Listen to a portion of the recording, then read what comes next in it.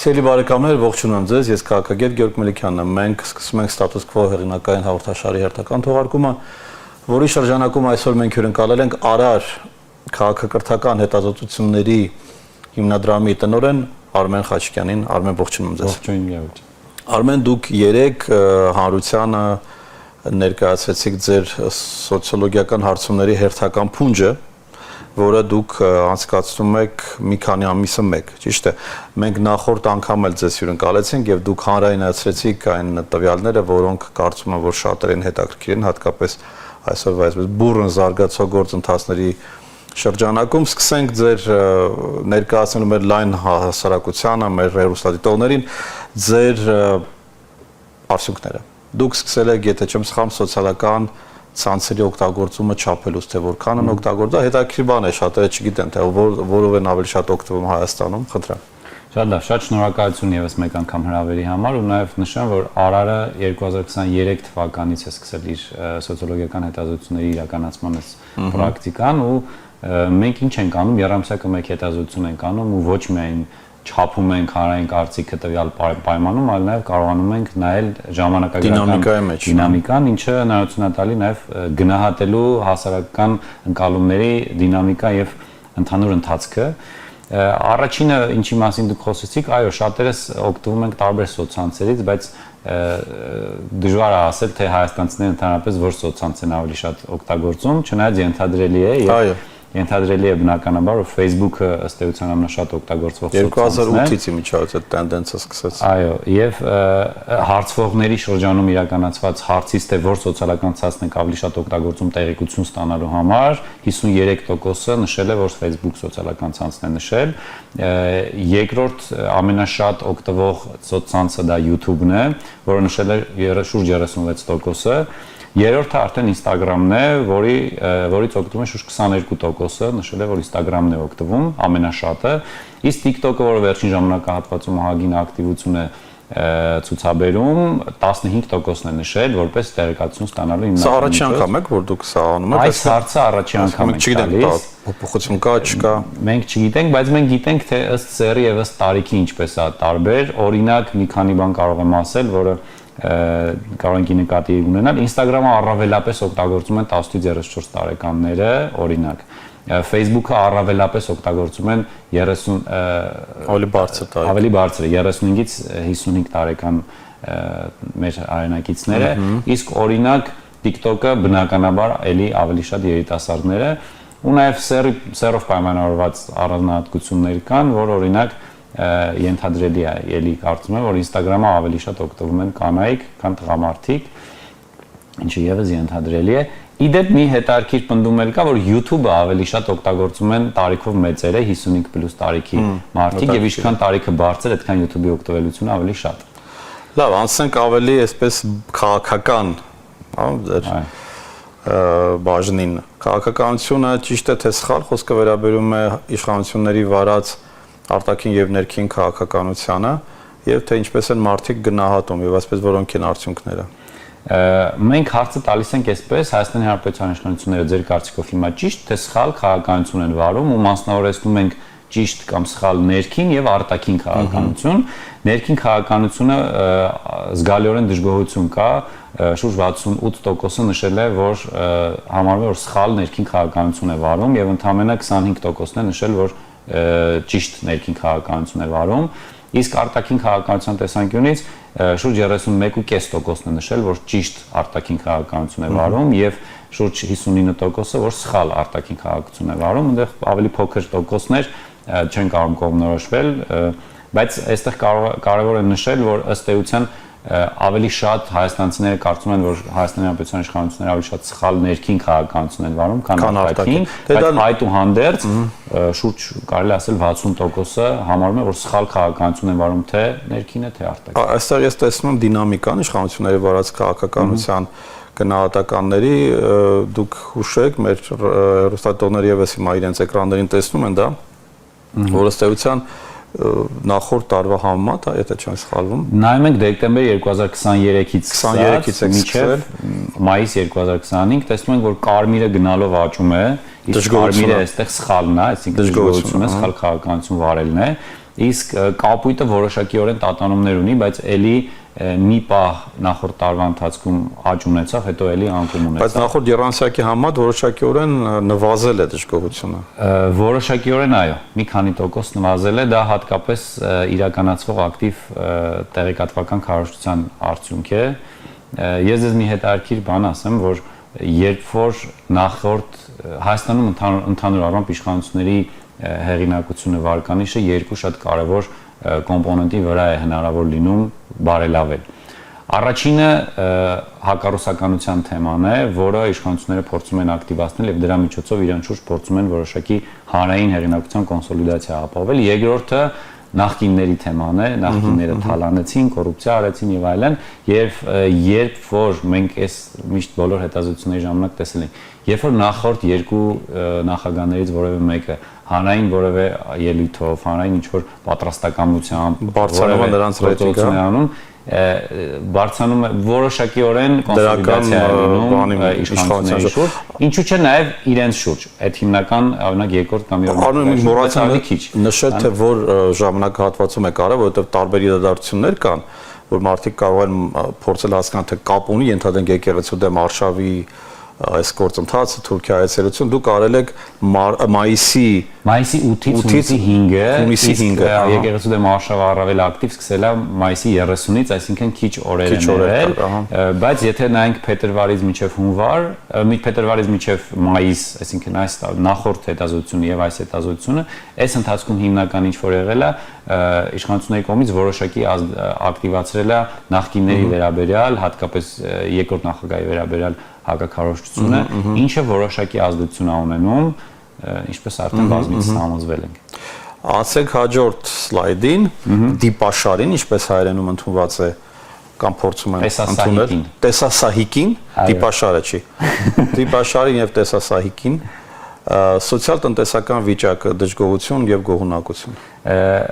Հարցը հնչել է այսպես վերջին 5 տարիների ընթացքում ձեր ընտանիքի սոցիալ-տնտեսական վիճակը լավացել է թե վատացել է։ Այստեղ ամենաշատը ասել են, որ նույնն է մնացել, շուրջ 42%-ը նշել է, որ գրեթե նույնն է մնացել, երկրորդը 30%-ը ասել է, որ լավացել է, 27%-ը նշել է, որ վատացել է։ Այստեղ ուզում եմ մասնավորապես համեմատել նաև նրա հետ, որ իրականում տնտեսական ցուցանիշներ, մակրոտնտեսական ցուցանիշներով չի վատացել, ըստ մակրոտնտեսական ցուցանիշների չի վատացել, եւ երբ որ չի վատացել եւ մենք ունենք ամեն դեպքում 27%-անոց այստեղ դժգոհություն, ցույց է որ մարդիկ իրենց ընկալումներում ամեն դեպքում դժգոհություն ունեն սոցիալ-տնտեսական վիճակից։ Իդեպ ասեմ, որ այստեղ ավելի շատ մարդիկ են նշել, որ վատացել է կամ նույնն է մնացել, ովքեր ավելի դեմ են գործող իշխանությունների վարած քաղաքականությանը, ինչը նշանակում է, որ սա ավելի քաղաքական վերաբերմունք է, որ իրենց տնտեսական վիճակը վատացել է։ Okay, հաջորդ տեսասահիկը, տարօրինակ բառ է իսկապես, կառույցներից գոհունակությունը, ընդհանրապես պետական խոսքը ինստիտուտների մասին են, դուք նշել եք ազգային ժողով, զինված ուժեր, ոստիկանություն, կառավարություն եւ հայ առաքելական եկեղեցի։ Ռեսպոնդենտների քանակն էլ մենք մոռացանք նշել։ Ռեսպոնդենտների քանակը բոլոր տեսասահիկներում, ինչպես արդեն բառը սովորեցինք, բոլոր տեսասահիկներում արկա է 1071 է, առհասարակ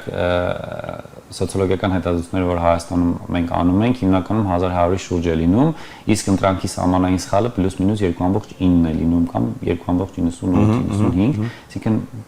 ցանկացած թիվ որ տեսնում ենք, պետք է դիտարկենք պլյուս-մինուս 2.9-ի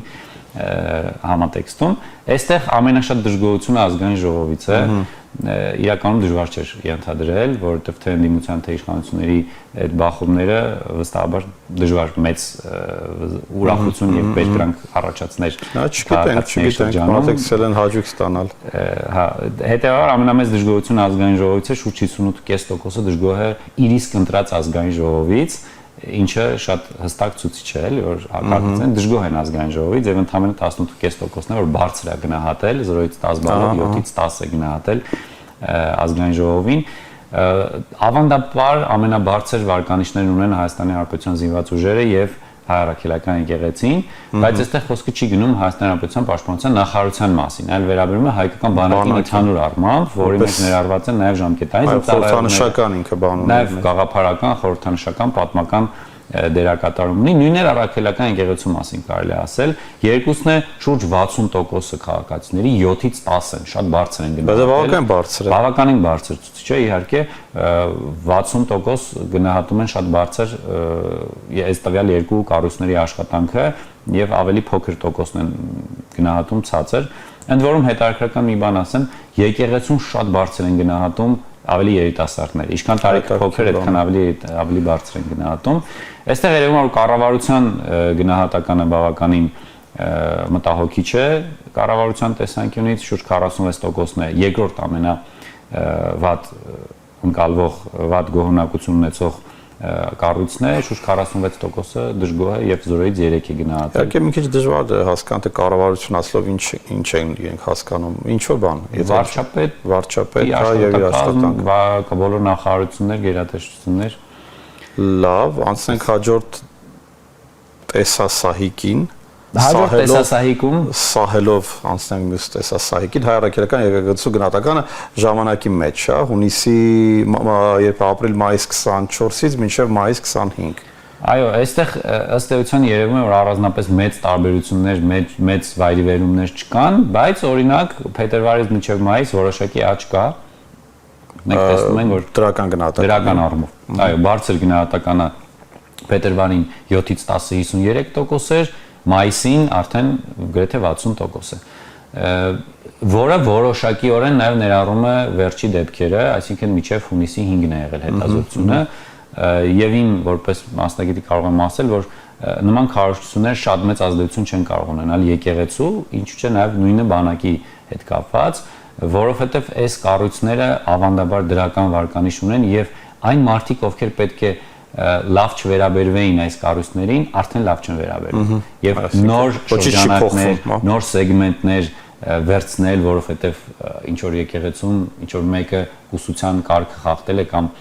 կուսակրոնության կարգ խախտել է, դա էական ազդեցություն չի ունենալու, որովհետեւ այն մարդիկ, ովքեր արդեն իսկ նեգատիվ էին տրամադրված եկեղեցուն, իրենք մեկը այդպես էլ նեգատիվ մնում են եւ նոր սեգմենտներ հասարակության նոր շրջանակներ շատ չեն ավելանում եկեղեցու դեմ ուղված որևէ տեղեկատվական կամ քարոզչական արշավի արդյունքում։ Հետաքրքիր բան եք ասում, իհարկե դրա մասին եւի ես կուզեմ դες մի օր առանձին զրուցել, ընդհանրապես մարդիկ իրենց կարծիքը ինչպես են փոխում, արդյոք մարդիկ կարծրացած են, թե մենք դինամիկա տեսնում ենք, ընդհանրապես միգուցե եւ Հայաստանի օրինակով եւ այլ երկրների, քանի որ շատ հաճախ ենք մենք տեսնում, որ ինչպես դուք եք նշում, ով համարում է, որ ենթադրենք սա ճիշտ է, դա միշտ համարում է ճիշտ, 19 տարեկանից սկսած, իր մոտ ոչինչ չի փոխվում եւ նույնը նաեւ հակառակ է, թե մենք չմեկը դա համարում է սխալ, ապա իր մոտ է երևի ոչինչ չի փոխվում։ Գիտելիքի պակասն է, թե դա մշակույթի խնդիր է, թե մտածողության հարց է, ինչն է, որ մարդիկ կարծրացած են, թե բոլորի մոտ է այդպես։ Իմ կարծիքով դուք ֆանտաստիկ կարևոր հարց եք տալիս, շատ կարևոր ու ժամանակակից աշխարհի ու ժամանակակից հասարակությունները գնահատելու տեսանկյունից շատ հետաքրքիր հարց է, բայց ես իմ փորձը ասեմ, հիմնվելով հետազոտությունների վրա, նայեք, իրականում օրինակ երիտասարդների շրջանում, որոնք ավելի ըստ էության ազատական են, ավելի լիբերալ են եւ ավելի ճկուն պետք է լիներ իրենց կարծիքները, ավելի քիչ է տատանվում քաղաքական հարցերի շուրջ վերաբերմունքը։ Ինչու՞։ Որովհետեւ նրանք շատ քիչ են քաղաքականության վերաբերյալ տեղեկատվություն սպառում, իսկ սպառածն է ավելի հումորային, ավելի ժամանցային բաներն են, քաղաքականությունից վերցրած մեմերն են սպառում։ Իսկ ում մոտ ավելի հաճախ փոխվում եւ հաճախ ազդում տարբերությունները զգացվում, ավելի տարիքով մեծերի, ովքեր հավանաբար ենթադրաբար ավելի շատ ցածր մեծագրագիտություն ունեն, ավելի շատ են օգտվում YouTube-ից եւ երբեմն ապատեղեկատվություն են ստանում եւ շատ հեշտ է իրանց մոտ փոխվում օրինակ որևէ կառույցի նկատմամբ վերաբերմունքը մեկ է կտրուկ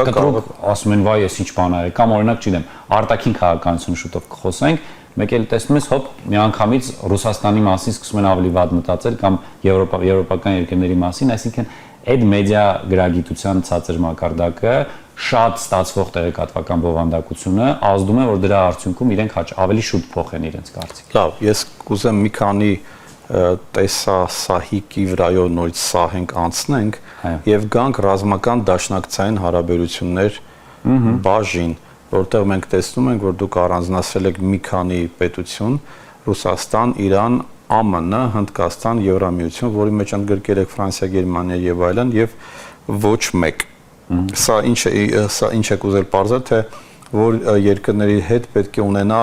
ռազմական դաշնակցային հարաբերություններ, բայց մենք Ռուսաստանի հետ արդեն ունենք։ Արդեն ունենք եւ դրանով է պայմանավորված, որ Ռուսաստանը զգալի մեծ թիվ ունի այստեղ ու երևում է բաց կարմիրից մուգ կարմիր, երևում է որ հուլիս, հոկտեմբեր, փետրվար, մայիս որոշակիորեն աճել է Ռուսաստանին որպես ռազմադաշնակցային հարաբերություն դիտարկողների պրոպորցիան եւ իջել է Եվրամիությանը, հա, ես տեսնում եմ։ Որոշակիորեն իջել է Եվրամիությանը, ԱՄՆ-ն եթե նայում եք, ապա փետրվար 2025-ին շատ զգալիորեն բարձրացավ մինչև 22%, որը պայմանավորված էր Թրամփի ընտրություններով ու Թրամփի այդ ակտիվ ուժի տեսանկյունից խոսք դիրքերից հանդես գալուն, ինչպես նաև Հայաստան-ԱՄՆ գործընկերային համաձայնագրի ստորագրմամբ ընդհանուր առմամբ կարող ենք ասել, որ հիմնականում այս հետազոտություններում երևում է, որ Ռուսաստան պլյուս Իրան միասին եւ ԱՄՆ պլյուս Եվրամիության երկրներ իրանք գրեթե հավասար են եւ հիմնականում այս զույգերի միջև ամրցակցությունը ընդ որում կարող եմ ասել օրինակ, որ ԱՄՆ-ի հետ կապված ռազմադաշնակցային հարաբերությունների ջատագովները ավելի շատ երիտասարդներն են, զգալիորեն շատ, իսկ օրինակ Ռուսաստանի հետ կապված ավելի շատ ջատագովները հիմնականում են մարդիկ են, ովքեր համարում են, որ Հայաստանի Հանրապետության իշխանությունները սխալ քաղաքականություն են վարում։ Նրանք ավելի շատ են մեկը մյուսի հետ կապված են։ Այո, փոխկապակցված։ Սխալ են, հետեւաբար, այսինքն Ռուսաստանի հետ չեն, ուրեմն դա սխալ է։ Այն մարդիկ, ովքեր համարում են, որ այս իշխանությունները սխալ ներքին եւ արտաքին քաղաքականություն են վարում, նրանք ավելի շատ հակված են կարծել, որ Հայաստանը պետք է Ռուսաստանի հետ ընդլայնի կամ ձևավորի ռազմադաշնակցային հարաբերություններ։ Արմեն, հաջորդ տեսասայիկը վերաբերում է Ադրբեջանի հետ խաղաղությունը հնարավոր է արդյոք թե ոչ, այստեղ ինչ պատկեր ունենք։ Այստեղ պատկերը կարելի է ասել չի փոխվում, մեր քաղաքացիները, մեր հայրենակիցները շարունակում են ավելի շատ հավատալ, որ Ադրբեջանի հետ բանակցությունների միջոցով կայուն երկարատև խաղաղություն հնարավոր չի հասնել եւ շուրջ 68%-ը նշել է, որ հնարավոր չի նմանատիպ խաղաղություն եւ դա մեր երրորդ հետազոտությունն է այդպես եւ գրեթե պատկերը նույնն է։ Այսինքն համարյա 1 տարի նույն բանը պահպանվում է, հա։ Այո, շարունակում են քաղաքացիները չվստահել եւ չհավատալ խաղաղության երկարատև խաղաղության գաղափարին եւ ընդհանրապես 30%-ն է, շուրջ 30%-ն է, որ սովորաբար հավատում է, որ ինչ որ մի օր հնարավոր է կայուն երկարատև խաղաղության հասնել։ Մյուս հարցերում եւս մենք բարբերաբար բախվում ենք այս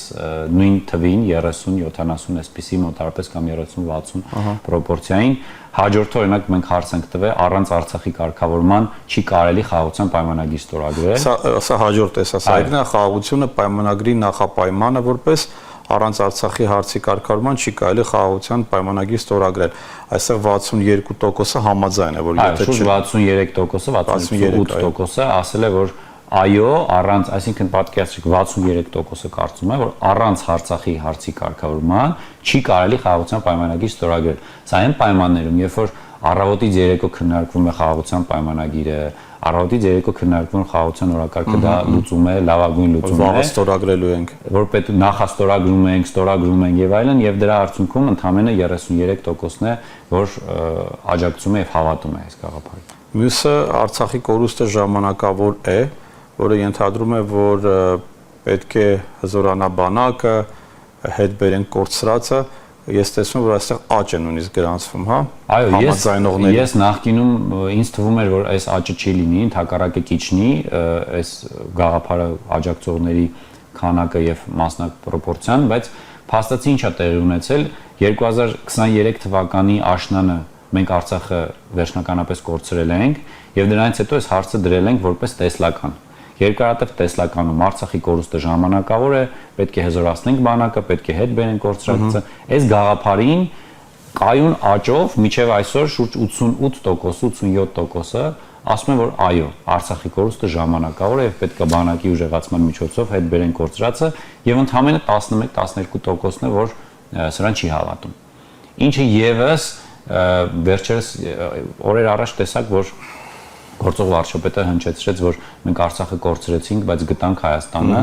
դե նմանատիպ մի ձևակերպում։ Ոչ թե Հայաստան, ոչ թե Արցախ կորցրեցինք, այլ գտանք Հայաստանը։ Ոչ թե Արցախը կորցրեցինք, այլ գտանք Հայաստանը։ Այս ֆենոմենալ այս հիմարությանը հավատում է ընդամենը 12% հասարակության։ Եվ 87.5%-ն ասում է, որ ոչ,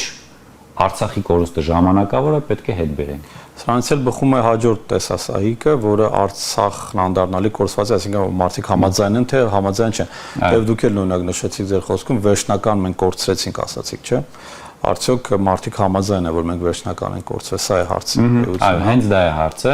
ու մենք այս հարցերին չենք երբեմն թվում է թե մոտ հարցեր ենք տալիս, բայց նախորդի հետ։ Այո, թվում է թե նման հարց են, բայց այս բոլոր հարցերը իրենց կարևոր առանձնահատկություն ունեն։ Այո, անպայման, որտեղ տարբեր տեղերից ենք նայում։ Այո, տարբեր պրիզմաներից ենք դիտարկում։ Արցախը անդառնալի կորցված է, պետք է մտածել միայն Հայաստանը պահելու մասին։ Ընդամենը 35%-ն է, որ այս գաղափարին ասում է այս պահի դրությամբ, սա ավելի այժմ։ Բայց դա շատ չէ, այսինքն իհարկե մենք հիմա քաղաքական գնահատական ժամանակ չենք ունենա ցավոք տալու։ 35%-ը համարում է, որ միգուցե եւի ավելի շատ համարում է, որ Արցախը կորցված է, բայց կոռելացիա է տեսնում այդ դուք նշեցիք այդ չեմ ուզում վիրավորական բաներ ասել, բայց ոչ տրամաբանական մտքի հետ, որ եթե կորցնում ենք Արցախը, ապա գտնում ենք Հայաստանը, Հայաստանը ավելի ինքնիշխան է հիմա քան առաջ, հիմա շատ է չէ շրջանը, հիմա իրական Հայաստանը եւ այլն, այսինքն այս անտրամաբանության մեջ մարդիկ կան, որ 30% տրամաբանություն տեսնում են։ Ես ձեզ մի դիտարկում անեմ, նախորդի հետ սա լրիվ տրամաբանական է, ինչն է հարցը, որ այստեղ երկու պնդում է։ Երկրորդ պնդումը ասում է մենք պետք է մտածել միայն Հայաստանը պահելու մասին։ Այս հիմնականում այն գաղափարն է, որ Արցախը արդեն կորցրինք, հələ գոնե Հայաստանը պահենք։ Այսինքն չդիտարկենք սա որ մարդիկ վախի ավելի շատ։ Հա, ավելի շատ հələ գոնե Հայաստանը պահենք, տեսնենք ինչ այլն ու այս գաղափարն է, էլի։ Դա իրականում սա է։ Դա նույն մարդիկ են այս հարցերին պատասխանել։ Նույն մարդիկ են պատասխանել, սլայդերում տարբեր մարդիկ չեն։ Որոնք վախեցած են եւ հիմա շատ հաճախ դա էլ ասում են, որ մենք ըստ էության կորցնելով Արցախը դա այն գինն էր, որով մենք վճարեցինք Հայաստանը պահելու համար, այսպես բան են ասում։ Դե այդ ասողների պրոպորցիան 30%-ը որևէ կերպ չի բարձր։ Դա քիչ չի, ասեմ ձեզ, դա քիչ չի, բավականին շատ է։ Դա քիչ չի, որովհետև այս պայդրությամբ այդ քարոզչությունը եւ այդ տեղեկատվական ազդեցությունը մեծագույն զանգվածային հնարավորություններ ունի Հայաստանի քաղաքացիներին այդ ինֆորմացիան եւ այդ ինֆորմացիայի տարբեր ձևերով ներկայացումները, փաթեթավորումները հեռուստացույցից, սոցցանցերից, տարբեր տեղերից բարբերաբար քաղաքացուն հասնելու արդյունքում եւ եթե քաղաքացիների դիմակայունությունը իրենց ինքնությունը պահպանելու, իրենց Արցախի վերադարձին հավատալու հարցում դեռևս այսքան մնացել է, դա մեծ ձեռքբերում է։ Արոն, եւ վերջին տեսասահիկը, որը վերաբերում է արցախցիների վերադարձի պայմաններին եւ դուք հարց եք տալի, թե ինչ պայմանների դեպքում է հնարավոր արցախցիների վերադարձը Արցախ եւ այստեղ կա մի քանի տարբերակ ընտրելու միջազգային անվտանգային երաշխիքներով Ադրբեջանի կազմում ապրելու տարբերակը, երկրորդը ռուս խաղապահների վերադարձի եւ նոյեմբերի 9-ի համաձայնագրի երկարացման դեպքում, երրորդը Հայաստանի հզորանալու եւ Արցախը նորից ազատագրելու դեպքում եւ չորրորդը միայն շատ հեռու ապագայում Ադրբեջանի բարեփոխվելու դեպքում, ենթադրում եմ իշխանության փոփոխման եւ այլն պարագայում։ Եվ կան այստեղ իհարկե ոչ մի տարբերակ չընտրել։ Դուք ներկայացեք թվերը։ Նայեք, սկսենք վերջից, Ադրբեջանի բարեփոխմանը հավատում են հեռու ապագայում 8%-ը։ Բավականին հետաքրքիր է, էլի։ Քիչ չի։ Չափազանց եւ երբեմն չհիմնավորված օպտիմիզմի արդյունքի, բայց ամեն դեպքում մարդկանց հանրային կարծիքն է, չեն կարող հաշվի չնստել։ Միջազգային անվտանգության երաշխիքներով Ադրբեջանի կազմում ապրելը հավատում են սրան 11%-ը, то есть այս պայմանը որպես ռեալ համարում են 11-ը, ռուս խաղապահների վերադարձը եւ նոյեմբերի 9-ի համաձայնագրի կարգավիճակին վերադառնալուն հավատում են 8%-ը եւ ամենամեծ պրոպորցիան այս հարցի, որ ինչ պայմանների դեպքում է հնարավոր արցախցիների վերադարձը, մարդիկ ասում են, որ Հայաստանի հզորանալու եւ Արցախը նորից ազատագրելու դեպքում շուրջ 67% ասում են, որ միայն այս դեպքում, միայն Հայաստանի հզորանալու եւ Արցախը նորից ազատագրելու դեպքում մենք կարող ենք վերադառնալ Արցախ։ Սա իմ կարծիքով շատ լուրջ ցուցանիշ է, այսինքն շուրջ 67%-ը երկարատև ապագայում պատկերացնում է, որ իրենք Արցախ կարող են վերադառնալ միայն հայկական Արցախ։ Բայց սա կարծում եմ արցախցիների շրջանում չէ կարել, չէ։ Այս հարցումը ամբողջ Հայաստանի Հանրապետության վիճակագրական կոմիտեի համաձայն Հայաստանի Հանրապետության սեռատարիքային, կրթական, բնակավարային եւ մարզային բաշխվածությունը ինչպես որ կա, նույն մոդելով ընտրում ենք փոքր մոդել ընտրանք եւ այդ ընտրանքի հարցում է իրականացվում։ Սխալմունքի աշճանը ինչքան է։ Սխալմունքը ասեցի, +- 2.9-ն է սովորաբար լինում, վստահության միջակայքը 95%։ Բավականին բարձր է։ Այո։ Մենք է շարունակում ենք ձեր կառույցին վստահել եւ շնորհակալություն ենք հայտնում։ Ես եմ շատ շնորհակալ, հուսամ 3 ամիս հետո կելի կհանդիպենք։ Անպայման, հետաքրքիր կլինի համեմատել։ Իհարկե մենք այդպես բարձր տրամադրությամբ ենք անցկացում, բայց իրականում շատ խորքային պատկերներ են, սա այն է ինչ որ ըստեյության հաճախ պակասում է մեր հասարակությանը այդ ախտորոշումները տալը թվային տեսքով եւ որովհետեւ միայն այդ դեպքում կարող ես իմանալ թե ինչ որտեղ պետք է միջամտել, ինչը պետք է փոխել, ինչը պետք է թողնել։ Շնորհակալություն ձեզ Արմեն աշխատանքի համար։ Շնորհակալ եմ։ Բոլորը խոսում են հասարակության անունից, բայց քչերն են հենվում մասնագիտական թվերի վրա եւ պնդումների վրա։ Այո, շատ կարեւոր է ընդհանրապես վերադառնալ պրոֆեսիոնալ դաշտ եւ այդ դիլետանտությունից ի վերջո դուրս գանք։ Շնորհակալություն նաեւ ձեզ սիրելի հեռուստադիտողներ, որ ժամանակ գտաք եւ դիտեցիք մեր այս քննարկումը։ Մենք հյուրընկալեցինք Արար քաղաքակրթական հետազոտությունների հիմնադրամի տնօրեն Արմեն Խաչիկյանին։ Ձեզ հետ էր քաղաքագետ Գեորգ Մելիքյանը։ Հաջողություն ձեզ։